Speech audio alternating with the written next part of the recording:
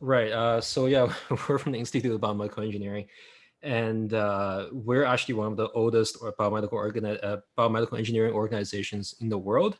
Definitely the first one established in Canada, and right now we have about 350 graduate students, so we're quite large, at least in the graduate level. And a lot of our students actually come from a lot of different backgrounds. Some are from engineering, but a huge chunk of them do come from the life science or biology background, which then leads to my first slide, which is do not feel intimidated by the fact that we are an engineering organization. Um, the research that we do here are very much on the topics of healthcare, on medical devices. So a lot of that stuff, I think, with your background from more biological background, can definitely be applied in our research as well. So you definitely do not need to have an engineering degree to apply to our program.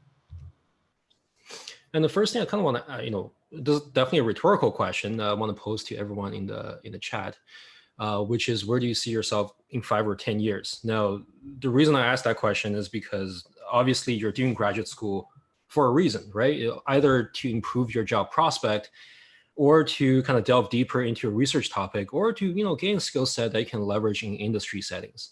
So I have a bunch of logos on the slide here, and those are some of the places that our alumni have gone to. And right now our institute is actually putting together a database of where our alumni have been going to, and those are actually real companies that our alumni have been to in the past few years. And I think the best way to learn about how they're doing and how they were able to leverage their graduate experience to find the jobs later on is to actually hear from the alumni and the students themselves. So we created a website called Discover BME, which you can find by going to discover.bme.utoronto.ca. And it's really basically a collection of stories of either our current students as well as our alumni. And they really shared some of their experiences, as well as talk about almost the logistical procedure that they went through when they graduated from our program and then trying to find a job afterwards, and what kind of skill set they were able to leverage from there. So jumping directly into the research themes, all of our research are broken down into 3 different disciplines. And the best way to kind of describe or summarize all 3 disciplines under one roof is that we were able to really figure out the entire pipeline, all the way from basic research to translation. What I mean by that is, a big part of our research, if you look at clinical engineering, a big part of that is working directly with patients and working directly in hospitals and finding out, tailored needs, tailoring a specific engineering need for these particular patients. But then, in order to do that, sometimes you actually need very basic fundamental knowledge about, let's say, neuroscience, right? And that's where, the molecular engineering aspect then comes in, where you kind of look at everything in the subcellular level. And then at the cell and tissue engineering level, which is the second point here, that's really all about the tissue regeneration, or finding out biomaterials that can regenerate a certain part of your body. Now, obviously, this is like a oversimplification of the research that we do, because we have more than 30 core faculty members, as well as around 70 cross-appointed faculty members all across the University of Toronto, as well as in hospitals. So I would definitely recommend you to check out our website at bme.utoronto.ca to see what kind of research they do. And I'll pass this over to Teresa to talk about the graduate programs that we have. Okay, thank you, Bill. So on the slide here, you can see that we offer 3 graduate programs in BME. So we have 2 research stream programs, the PhD and the Masters of Applied Science. And then we have a professional stream program, which is the MEng. So the program you will apply to really depends on what your overall goals are. So if you're more interested in research, you would apply to one of the top 2 programs. And if you're more interested in sort of a fast track entry into industry, you would be looking at the Masters of Engineering program. Yeah, thank you.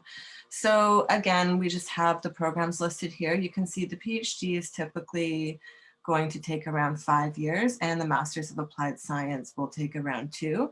You can reclass from a Masters of Applied Science into a PhD. And both of these programs are research intensive. They will immerse the students in the application of biomedical science and engineering principles to create solutions for human healthcare. Again, we have some logistics broken down here on this slide relating to the 2 research stream programs. So both programs will require students to take courses and then also to work on an independent research thesis. You can see the GPAs listed here for admission, and these are the GPAs from your last 2 years of study. So we consider your STEM courses from your last 2 years. Some of the financials are broken down here on the right-hand side of the slide. Our research stream students are funded from the faculty members' research grants. So you will get a stipend as a student, and Bill will go over some other ways to supplement this income later on. I just want to point out that these are the fees for domestic students. So for the MEng program, this program is focusing more on the design and the commercialization of biomedical devices. So again, it's more for students that are really focused on finding a job in industry. In this program, students will take courses, and they will also be required to do a 4-month practical experience course. So the practical experience course could be a design project, which is led by a faculty member. It could be a period of research within an academic lab at the university, or it could be an internship in industry. Again, we have listed the minimum GPA from your last 2 years. And as Bill mentioned earlier, I just want to reiterate, you do not need an engineering undergrad to apply to this program or any of the programs in our department. The financials are also broken down here. This program is a self-funded program. However, students can often offset the tuition costs through their practical experience component. So most times our practical experience placements are paid, and this can help offset your tuition. So just briefly, what we require for an application. All application materials are uploaded to the School of Graduate Studies application portal. So we require a statement of intent, a CV, we require 3 letters of reference, and we require your official and unofficial transcripts. And a question that we often get from prospective research students is, how do I contact faculty members? So I guess taking a step back, we strongly advise that students reach out to faculty members before applying. So hopefully you will secure a supervisor before applying to a research stream program. And the best way to do that is just to look at our website and really review the profiles of the faculty members we have listed there, both our core faculty members and our cross-appointed faculty members. Familiarize yourself with their research initiatives, and then just reach out to those potential supervisors directly via email. You can ask them if they're taking on new students for next year, and also ask them what projects they have going on in their labs. Right, to quickly add on to that, we also did a series of interviews with faculty members from our department. And we kind of went into the details of the logistics of how you should talk to a supervisor, a potential supervisor. How often should you email them? What is the best time to email them? What kind of language should you use? That kind of stuff. All of that is all on our website, the discover.bme.utoronto.ca, the editorial website. And you can definitely find all those resources from there. And at least I have not been able to find these resources anywhere else. So do check it out and see if that's useful for you. Now, in terms of the actual funding, so aside from the the research program, there are a very standard stipend that's being paid by your PI as well as by the institute. On top of that, you can supplement your income with some more additional work, right? At least in our department, the teaching assistant role is not a requirement, is not mandatory. And I think the number might have updated from the time that I put up the slide, but last time I checked, it's about $46 per hour. And if you can guarantee a 60-hour per semester, that would kind of bring you up to about 5,000-ish, plus or minus 5,000-ish in the entire year, right? I don't think that's taxable. No, actually, no, wait, that is taxable. I'm wrong. Your stipend is not taxable if you're domestic, but the TA-ship is taxable. On top of that, there are obviously scholarships you can apply to. So within BME, we have about 13 scholarships, and then there are 5 that's offered by engineering as a faculty. And on top of that, there are 12 internal U of T scholarships. Now, if you want to find out what they are, again, you have to find that information on the bme.utoronto.ca website. There are obviously a bunch of external scholarships that you can apply to on both the national and the international level. And of course, if you guys have gone through your 4th-year thesis, you may have applied for scholarships already via CIHR or NSERC.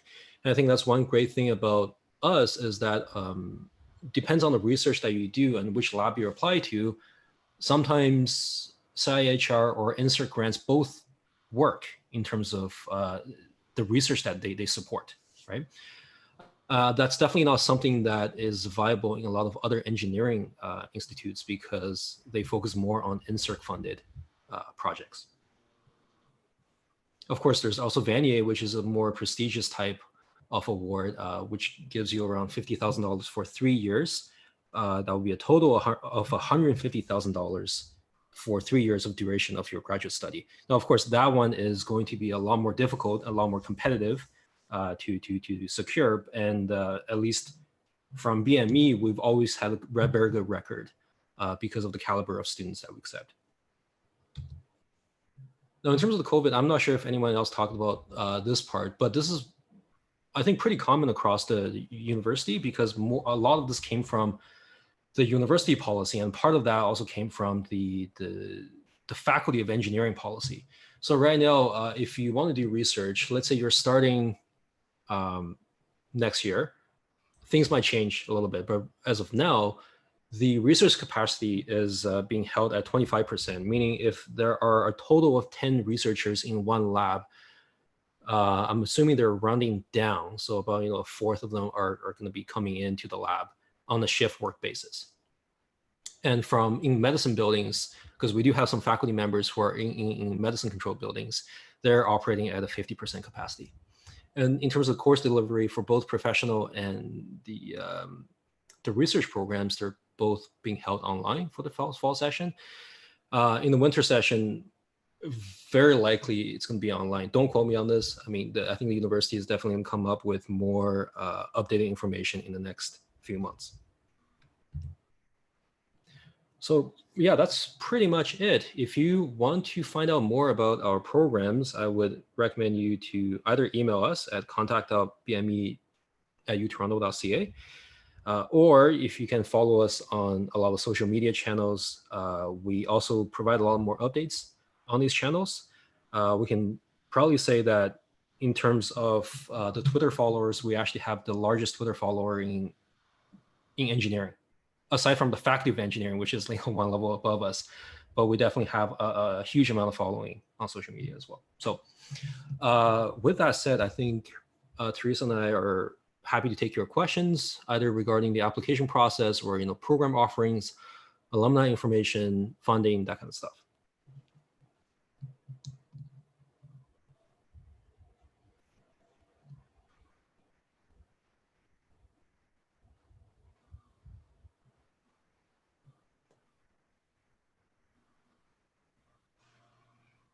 So I can see in the chat, there's a question, how long does the statement of intent need to be for BME?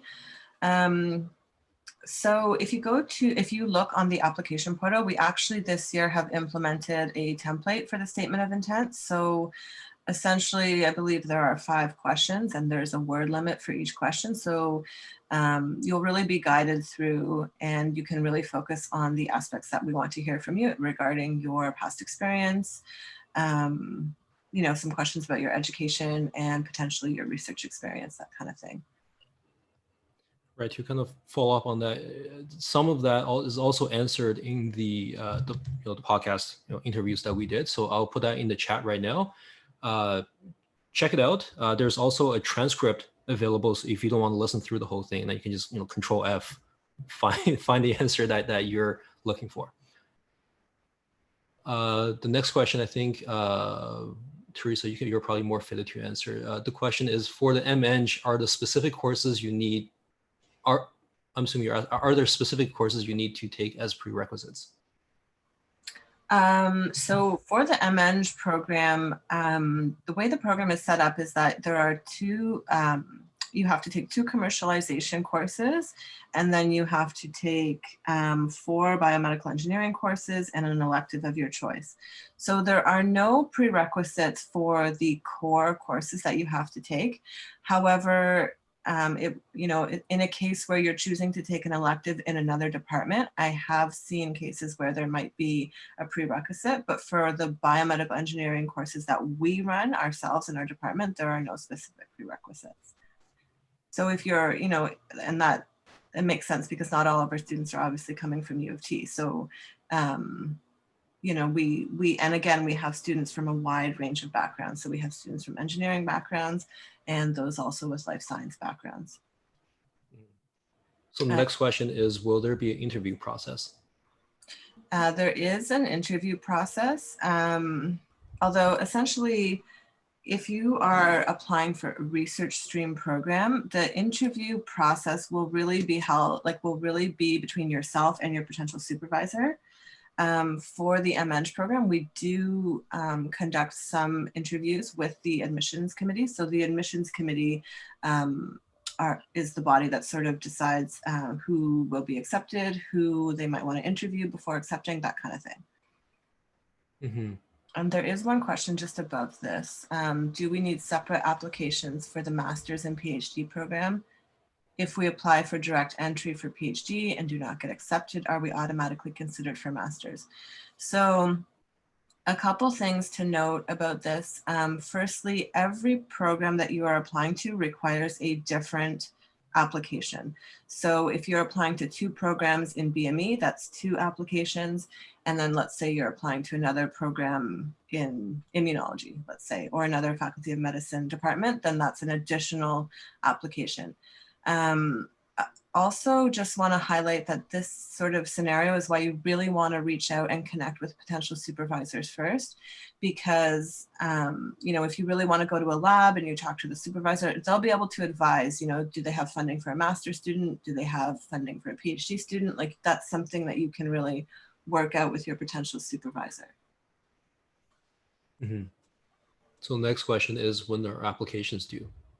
I believe that's sometime in February, right, Teresa? Yes, yeah, it's in February. So the application portal, for fall 2021 start, open November 1st, and it'll close, I believe, early February.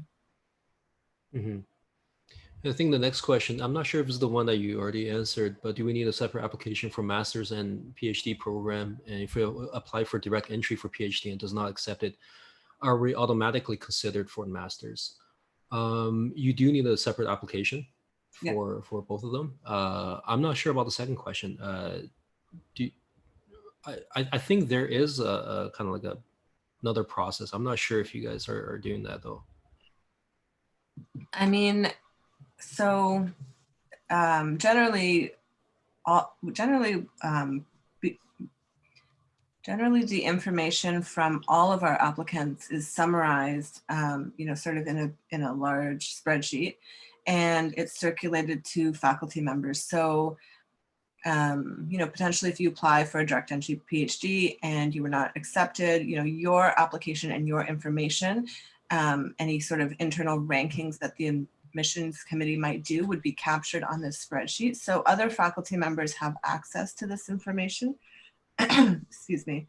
But you can imagine we get a high volume of applicants. So to really make yourself stand out, again, it's really critical that you reach out to potential supervisors in advance and, you know, really start making those relationships and sort of decide which lab you want to go to even before applying. The next question is, what does the program look like for masters? So the number of courses and the type of courses. For masters, if you're talking about a research program, I think you have to take 4 courses. It's like 4 half courses worth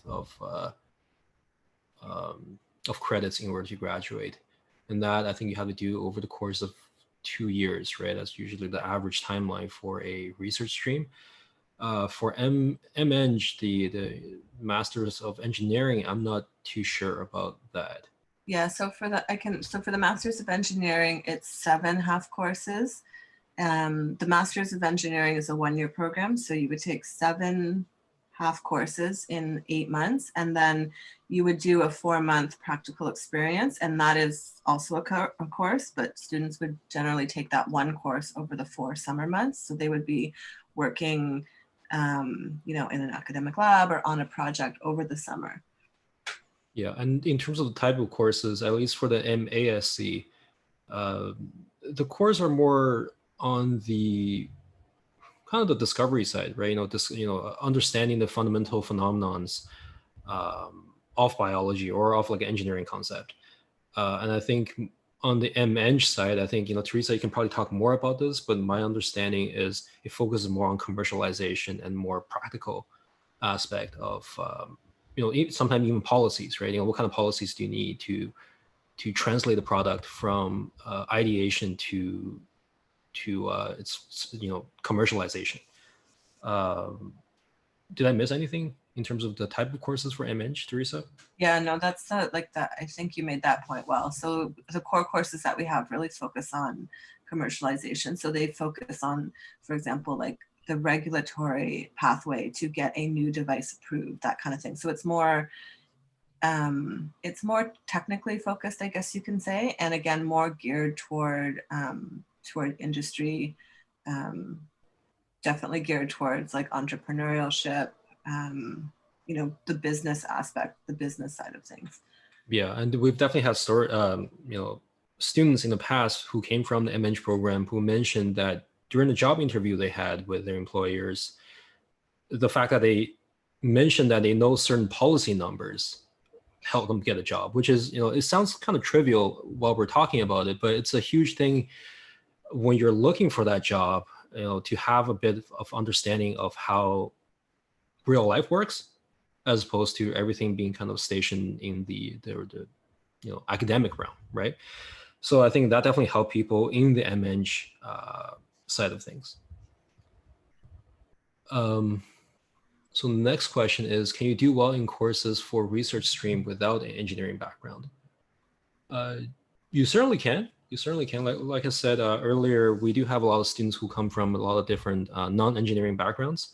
I actually did my graduate study here at Institute of Biomedical Engineering, and I came from a biochemistry background. And I then did my research on nanomaterials, which I knew nothing about since I joined the lab. Well, actually, before I joined the lab, sorry, I should know a lot after I joined the lab. Definitely became an expert on it afterwards. But I think with anything you learn that's new, there's always going to be a transition, right? Even if you go into a department like immunology or laboratory medicine and pathobiology, I think for them, if you delve deeper into a topic, there's always learning, right? That doesn't stop.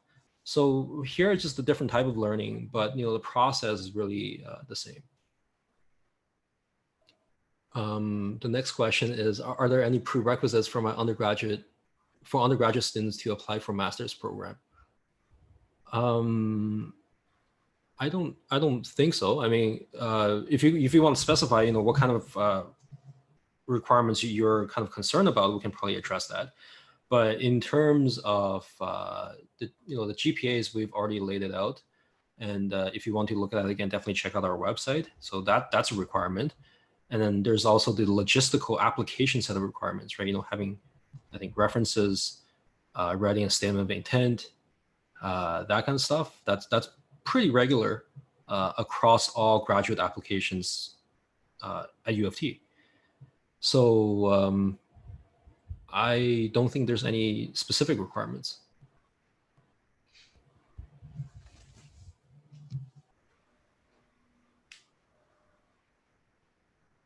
So just follow up to that question, which is the undergraduate program that we're currently in, do they matter when applying to the master's program? Do we matter in the sense of acceptance into the program, or matter in terms of knowledge transfer? Because in the acceptance of programs, I don't think it matters that much unless you took a lot of, I think, elective courses, right? Then the thing that might sometime count against you. I think that it depends more on the faculty member themselves, because they ultimately make the selection, right? If somehow the faculty you're applying to finds it interesting that you took 5 philosophy courses, then it doesn't really matter. Do you know what I mean? Like the fact that you took those courses. But in some other cases, that might actually count against you. In terms of the knowledge transfer, I think it really depends on which lab you're applying to. If you're applying to a hardcore electrical engineering concept lab, I think you're going to, there's very little transfer in terms of the engineering side, right? Because you don't know anything to start with. I mean, I can give you an example. If someone does, let's say, brain-computer interface. So what I mean by that is, like, you need to have a basic understanding of neurobiology, and then understanding which part of the brain you can measure signals in and translate that signal into a motion. And how that's useful is, let's say someone is, they can no longer move their arms, right? Or they're quadriplegic, which means they have no mobility. So if they're sitting in a wheelchair, how can you design a wheelchair that moves forward when someone's thinking about something, right? So you need to have both the engineering side of knowledge. You also need to have the neurobiology side. So if you know the neurobiology side, you can still apply for that lab and say, hey, look, in the next 2 or 5 years, I want to learn more about the electrical engineering aspect, right? That's possible if the faculty member that you're applying to gives you that opportunity to learn. And vice versa could be true. And that's why I think we accept a lot of, diverse set of candidates. So there's no real easy answer. I think it's very specific in terms of answering the question about knowledge transfer, right? It really depends on what you bring to the table, and does that jive with which lab you're applying to.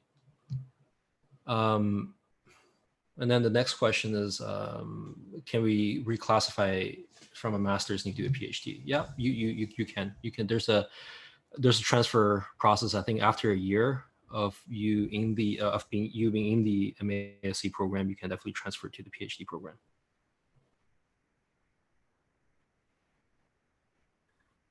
Is there any other questions?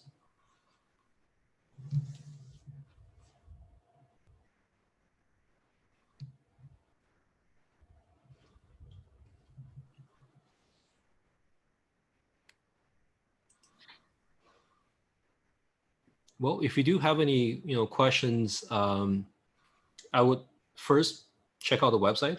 If you want to find out the procedural process, go to bme.utoronto.ca. But if you want to find out more about stories of people, especially if you want to see what kind of role models are there, like what kind of jobs people are getting afterwards, I would suggest you go to discover.bme.utoronto.ca. And if you still can't find an answer from those places, then send us an email through contact.bme.utoronto.ca.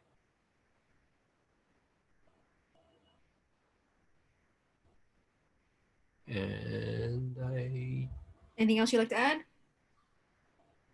Myself? Yeah. Apply to our program. I thought that was the whole pitch. But yeah, Teresa, do you have anything? No, yeah, just please, please contact us if you have any questions, and definitely consider applying. We have a couple great programs that we offer. Okay, perfect. I'm just going to stop recording.